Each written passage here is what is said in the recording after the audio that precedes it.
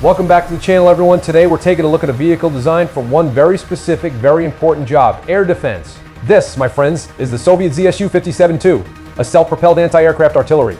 Anti-aircraft artillery, not a medium or light tank, but anti-aircraft artillery. So why not take it out and shoot some planes with it, you say? Let's do just that today!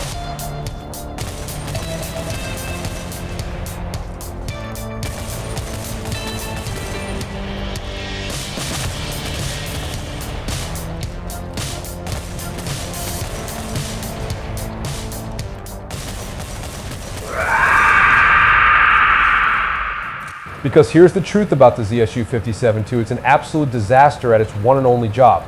Now, in theory, that 57mm shell is a one-hit kill on anything with wings. That's the pro. The con is everything else. The fire rate is agonizingly slow for an AA gun. It's not a Gatling cannon, it's a double-barrel shotgun with a 2-second reload between shots.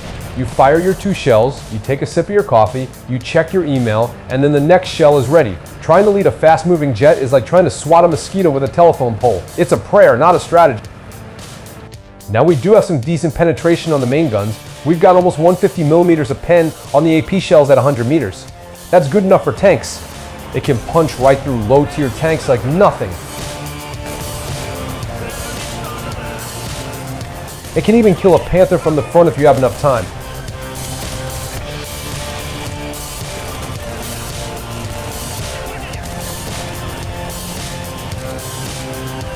You won't frontally damage a Tiger too, but from the side, it's a one-shot kill.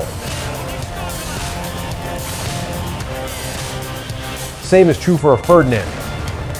We're charging in, guns blazing, ready to use that high-velocity shell. But here's the other big downside you quickly learn. We have no armor. None. Zero. Zip. The thickest part of our hull is barely 15mm. It doesn't even have a roof on its top. So if you're trapped in a situation like this and there's artillery being called on you, you're going to have a bad time. Bam. Dead. Again. Look at that replay. A single, tiny, high-explosive round from a main gun. The ZSU-57-2 is basically a high-velocity tin can on tracks. You get shot, you die. End of story. This is not a tank. This is not even a light tank. This is ground combat folly. Alright, rage mode initiated. I failed at anti-air, I failed at being a tank. I've lost several thousand silver lions and about to quit War Thunder for the day. Unless we stop looking at this thing as an anti-air unit and start looking at the one single, overpowered, completely absurd strength it possesses, its guns. We call this playstyle the flanking ghost.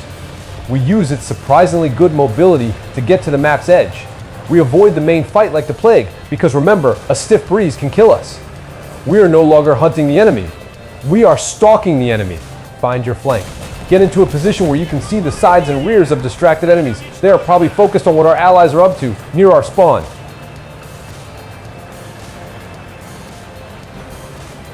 Oh, look at this. Perfect, perfect.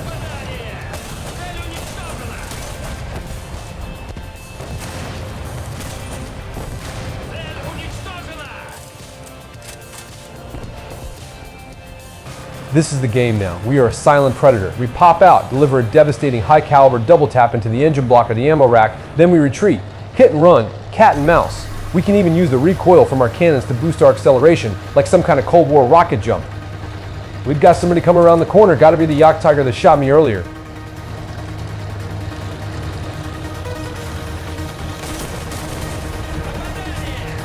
Reload, reload, reload.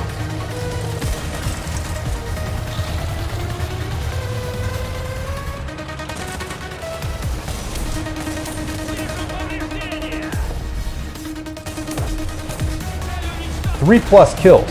0 damage taken. You see this, chat? This is what the ZSU-57-2 wants to be. It was never meant to be an air defense unit. It was meant to be the nightmare fuel of anyone who forgot to check their flank. The sheer hilarious irony of using an anti-air weapon to terrorize ground vehicles. Positioning is everything. Wait until the enemy commits. His turret is facing the wrong way. We pull out from behind cover just enough to expose the twin barrels. We are aiming for the sweet spots, the ammo rack behind the hull tracks, or the engine block. One shot to hit a critical module, one shot to finish the job, boom. Boom, the first 57mm round punches through the side, hitting his ammo. The second shatters the transmission. Instant kill. He never saw us. He only heard the twin thunder of his demise.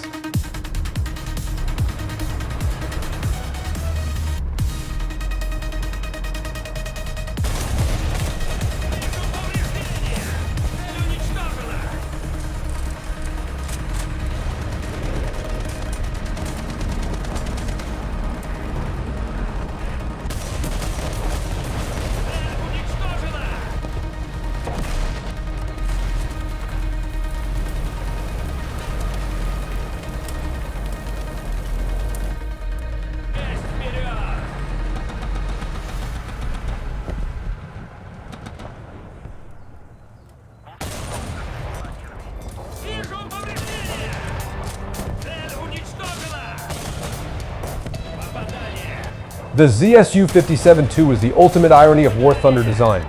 Its designers intended an anti-aircraft unit. The game meta, its lack of armor, and the sheer power of its guns decreed otherwise. It's a tank destroyer that wears a flak jacket. It's a silent, high-velocity predator that plays completely against its type. If you enjoy learning the true purpose of the Flanking Ghost, smash that like button, subscribe for more tactical deep dives, and let me know in the comments what other vehicle in War Thunder is best used for a job it was never designed for. See you in the next one.